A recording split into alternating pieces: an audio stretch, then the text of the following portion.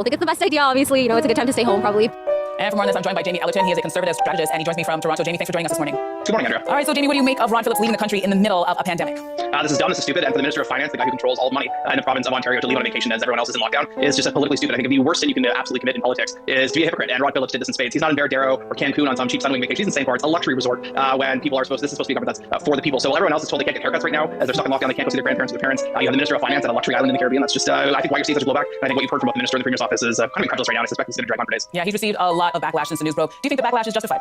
It's totally justified. How many times have you heard Premier Ford over the past few weeks talk about stay home, don't gather as you would for Christmas, keep your distance, we have to do this, lower the wave again. Everyone knew the second wave was going to be here. You have a minister who apparently the Premier didn't even know he was out of the country. So was he absent from the big cabinet meeting when he was supposed to be on lockdown? Like, it's probably noticeable that the Minister of Finance is not at a cabinet meeting. I'm pretty sure someone's going to pipe up and say, hey, where's Rod?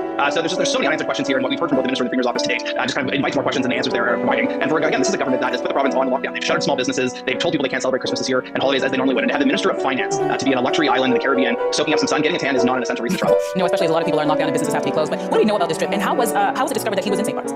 So what we do know is that he left after the legislative session concluded back shortly in the middle of December, and this was the first report, I believe, was privately in the Toronto Sun. So for the Minister of Finance to be out of the country, for how this process works, every caucus has what they call a whip, and it's the whip's job to make sure they know where members of their caucus are at any given time. Say, for instance, like last year when they called the legislature back in an emergency to pass legislation to keep power working, and people might remember that story from Christmas time last year. It's the whip's job to make sure there's going to be enough members in the House from their caucus to make sure that legislation can pass and that the process like that can function. And so for the Premier's office, the Premier himself to say he didn't know, there's like highly doubtful, but there's some plausible deniability there. For the Premier's office not to know with its own finance ministry just kind of doesn't pass muster, and so it's going to continue to invite questions of this sort of nature. And whether or not, again, it was private aircraft, commercial, I really don't think that matters here. What matters is you have Rod Phillips who left the country to take a study vacation, what appears to be with his family, when everyone else was told they have to stay in Ontario on lockdown, and it's hypocrisy of the worst kind in politics. And whether or not Rod Phillips ends up losing his job over this in the short term, he'll be tremendously wounded going forward, because this is a government that's supposed to be for the people. They run on this populist rhetoric all the time, and nothing says for the people like jet setting off to luxury islands where only the world's 0.1% gather, let alone nicer 4-star resorts that all you and I can hope to afford. Yeah, absolutely. Quite the misjudgment. All right, well, thank you so much for that. That is Jamie Ellerton, a conservative strategist. Thanks again for your time, Jamie. Thanks, Andrew. Have a good one. You too.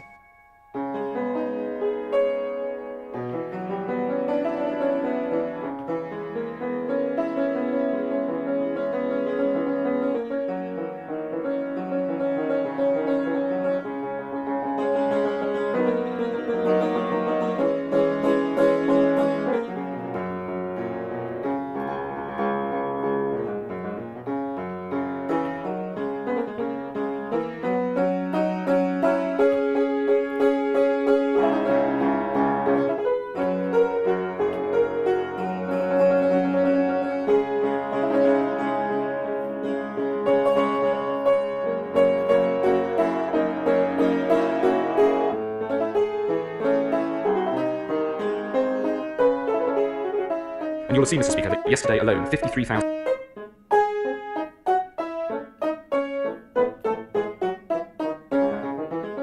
and 135 new cases were registered. The majority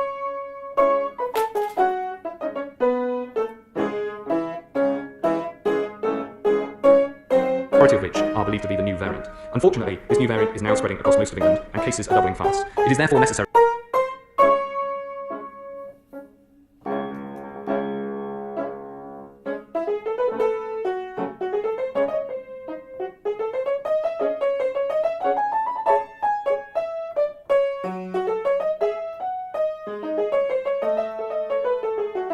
to apply Tier 4 measures to a wider area, including the remaining parts of the South East, as well as large parts of the Midlands, the North West, the North East.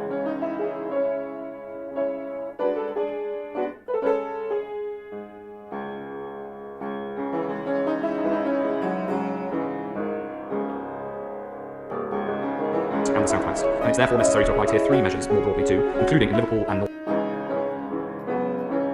North Yorkshire. The rest of Yorkshire remains in Tier 3. These changes will take effect from 1 minute past midnight tomorrow morning. The new variant means that 3/4 of the population are now going to be in Tier 4, and almost all of the country in Tiers 3 and 4. The whole of England is now in a form of lockdown, and for my constituents in Leicester, and I'm sure the constituents of members from Greater Manchester will be deeply worried that our areas have now form of restrictions amongst. It's having a huge impact on families and businesses in cities like Leicester, and I'm sure for areas of Greater Manchester as well. He's also moved Liverpool into Tier 3. Liverpool was the great success story, so is it his view now that the mass lateral flow testing is not enough to contain the spread of this virus? And our constituents will be asking how long he expects these lockdowns to be in place. We will vote for the regulations tonight because the situation here is truly horrific. He asked about what more can be done in the areas where rates are very high and continuing to rise. And the true answer to that, Mr. Speaker, is that it is on all of us, and it's not about how everybody behaves. Because if we collectively decide to stop this by taking personal responsibility and not coming into contact with others unless it's absolutely necessary, that is how we can slow the spread of this virus within, of course, the tiers restrictions which are necessary. But ultimately, it's about how we all behave. That's how we're going to get through the next few weeks together, and then vaccine can come and save us. From the beginning, we've focused on the vaccine as a way out of this pandemic, and now it is a reality. We need to vaccinate as quickly as supply allows, following the necessary safety checks, of course, and the NHS stands ready to accelerate deployment at scale from Monday, the 4th of January. We have a total of 100 million doses on order, which combined with the Pfizer vaccine is enough to vaccinate every adult in the UK with both doses.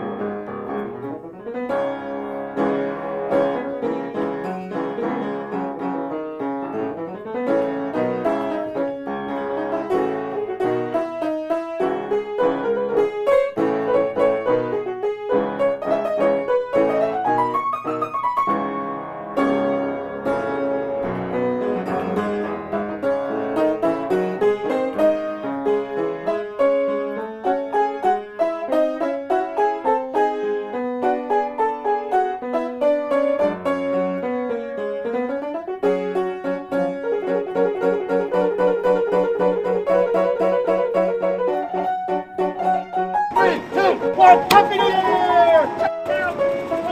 Here we go! Up and away! We did the test of the ball, which we do every year. This is a great kind of precursor to preparing for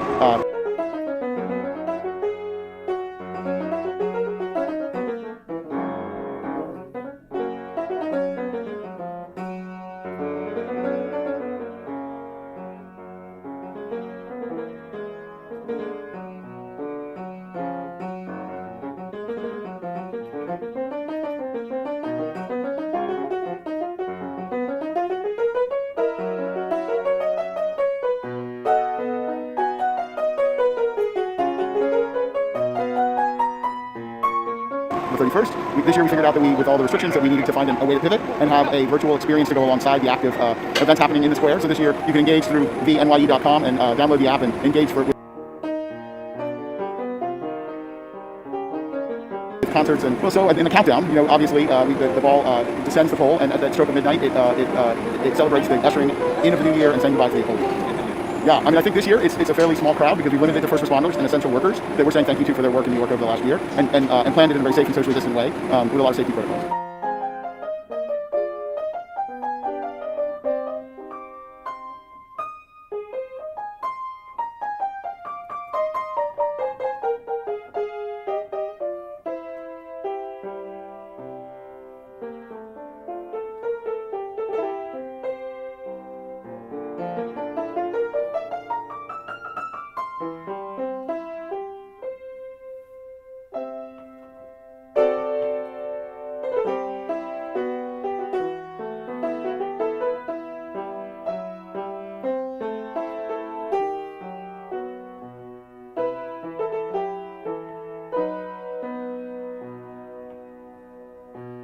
Now I know that this Christmas is a bit different than Christmases in the past. We're meeting virtually and online and not able to be in person with as many family and friends as we'd like to. And I want to thank each and every one of you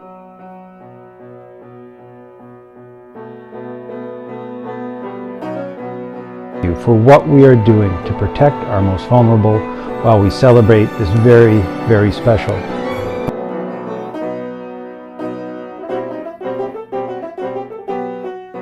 but challenging holiday season. It's all there. The folksy hay there, the fireplace, the sip of eggnog at the end, the lovely words, a beautiful Christmas message from a politician to his constituents. That, of course, is Ontario's Finance Minister, Rod Phillips. But unbeknownst to us, that whole scene might have been a bit of a ruse. While that image and that video was tweeted to Ontarians, we have now found out that Rod Phillips was sunning himself on a beach in St. Bart's. And it's been a big mystery as to where is Ontario's Finance Minister. Just a few short weeks ago, the Toronto Sun started inquiring to his office as we heard rumors that Rod Phillips had left the country. Well, how could that possibly be? Rod Phillips is a leader in this province. He is one of the most senior cabinet ministers. He is also part of the team that crafted the lockdown rules where we saw the big box stores stay open, where the small businesses were shut down. He couldn't possibly have said to all Ontarians, stay home, shut down, and then jetted off to a sunny vacation.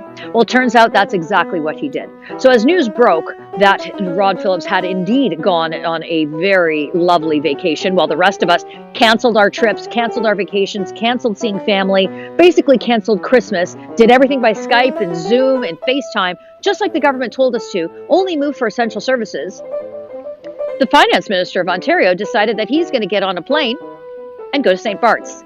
Now, what he's done is not illegal, but it's hypocritical and it's optics.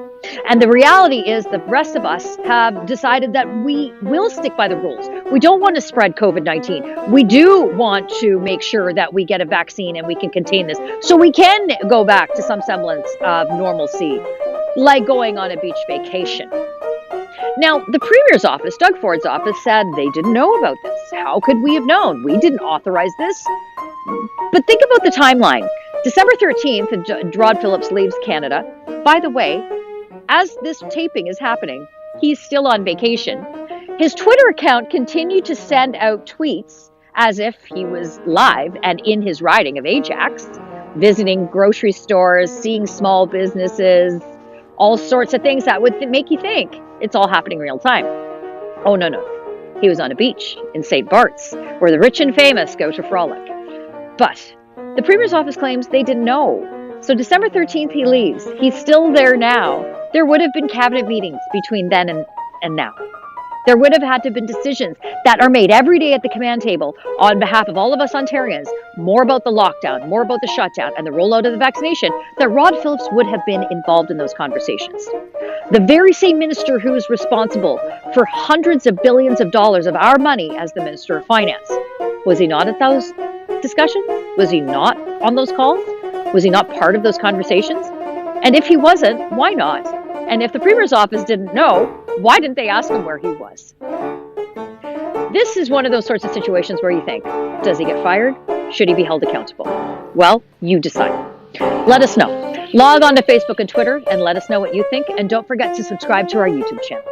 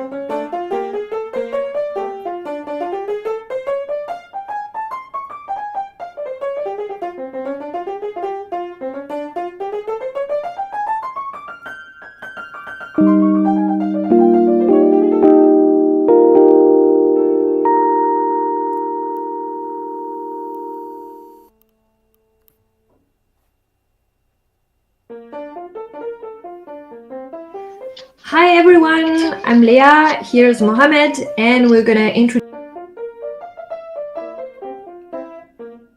you to Wikidata today.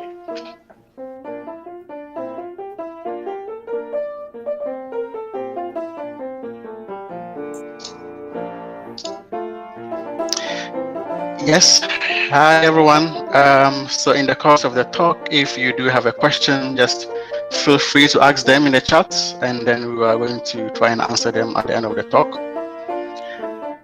Yes, so let's dive straight in. What is Wikidata? Wikidata is a free knowledge base that is based on facts and references that anyone can edit and reuse. It is part of the Wikimedia project, and like all of its sister open projects, Wikidata is multilingual and has no language barriers. Data in Wikidata is released under CC0 license. That means Wikidata's data is in the public domain, and it has no exclusive intellectual property rights that is applied to it. Wikidata is not a primary source of information. It only aggregates or collects structured data that is already available, some of which are linked to other databases. So it is not meant to be a place for original research. Wikidata is made for humans and machines and is available for everyone to use, whether on other Wikimedia projects or outside of it. Next slide. So, what is in Wikidata? Wikidata was launched some 8 years ago and was originally created to solve the problem of unstructuredness in the plain text format that information in Wikipedia is rendered in, and also to provide a central storage location where all of the different language Wikipedias can connect and talk to each other.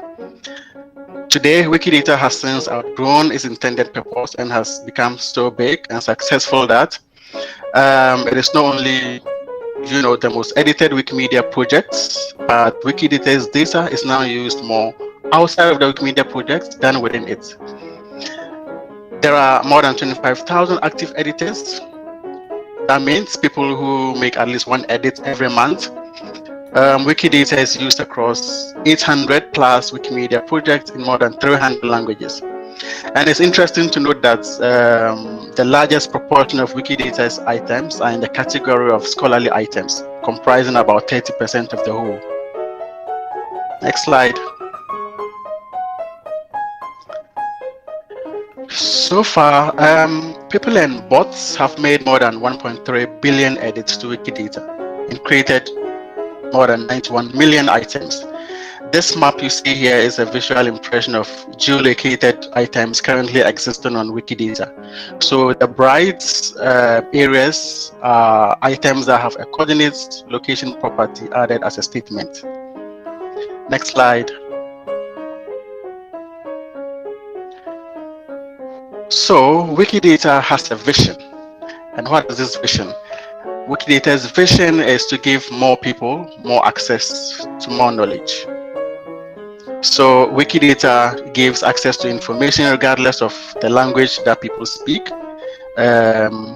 Because Wikidata is multilingual, it expects translations of so-called KO numbers into different languages. And in so doing, Wikidata helps us support the smaller Wikimedia projects better, by helping them to benefit from all of the work that the bigger projects are doing.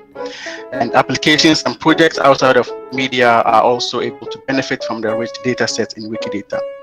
So in a nutshell, Wikidata can be thought of as an online repository of structured data that anyone can edit and reuse. Next slide. Okay. Now, how is Wikidata connected to Wikipedia and to the other Wikimedia projects? Among other things, Wikidata can assist sister projects with more easily maintainable info boxes. So the table at the right corner on this article on Wikipedia is called an info box, which I'm sure you've seen before. Wikidata is able to retrieve content from Wikidata into those info boxes. And for smaller language Wikipedias like, Dagbani Wikipedia or Welsh Wikipedia, that readily leverages Wikidata to seed their content. And this is helpful because it helps to reduce editing workload for volunteers. Next slide. So, what should you expect to see on a typical Wikidata item? Wikidata expresses relationships in the form of triples that use items starting with KO and properties starting with P. Okay, and the item will typically be made up of at least one statement. So in this example you see on the screen, we have two statements about an entity called Douglas Adams. The first statement, Douglas Adams, was educated at P69 St. John's College. What this means is that this statement is qualified by further properties, that is the academic major, the academic degree, his start time, and then the end time. And qualifiers add more meaning to statements. So Wikidata records not just statements, but also their sources. And as you can see here, this helps us to reflect the notion of verifiability on the project. So that statement, Douglas Adams was educated at St. John's College, has two open references that points to the source of that information. And the second statement, Douglas Adams, Q42, was educated at P69 Brentwood School, only has the qualifier start time and end time, and it has no references. So a single statement consists of a property that is made up of a value with or without a reference, or with or without qualifiers. Next slide.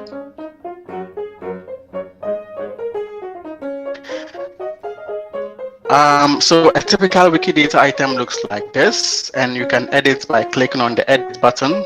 It has this pen symbol with edit next to it. As you can see, each item has a unique ID that is KO followed by some number. In this case, the item Douglas Adams has KO ID of KO42.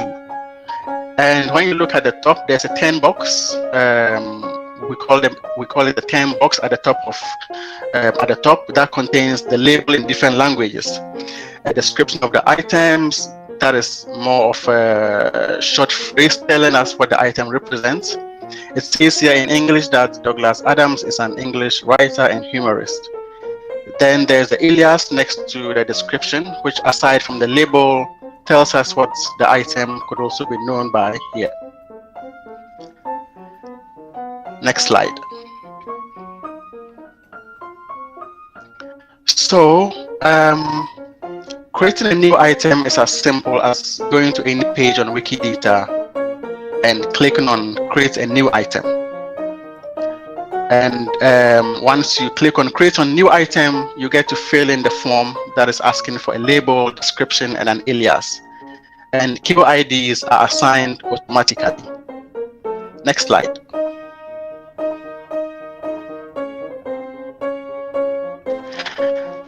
Next slide.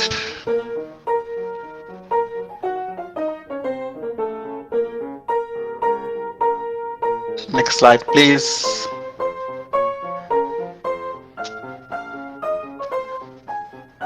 All right, so there are tools that allow us to edit Wikidata more efficiently and make bulk edits to Wikidata, such as quick statements and open refine. Please go to the previous slide.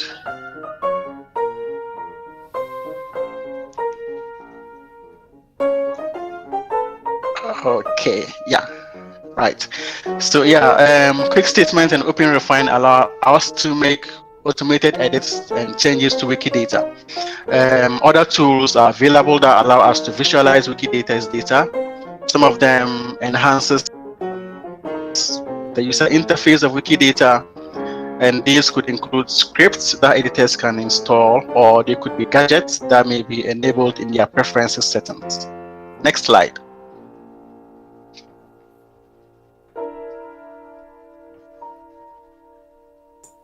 All right. Okay. So, so far, Mohammed told you about how we describe concepts in Wikidata, and that's what we've been doing for the first years of the project. But in 2018, we also started storing a new type of information in Wikidata, which is lexicographical data, which is basically information about words and phrases in all kind of languages. And so you see on the left the data model that is a bit complex, and that's why I'm not going to get too much into details now, but we can talk about this later. And you can see an example on the right where we basically describe the word Luftballon in German, and we indicate the language, the lexical category, and all kind of informations that are not about the object anymore, but actually about the word and how it's composed of two words, as we like to do in German, and things like this. So again, if you want to know more,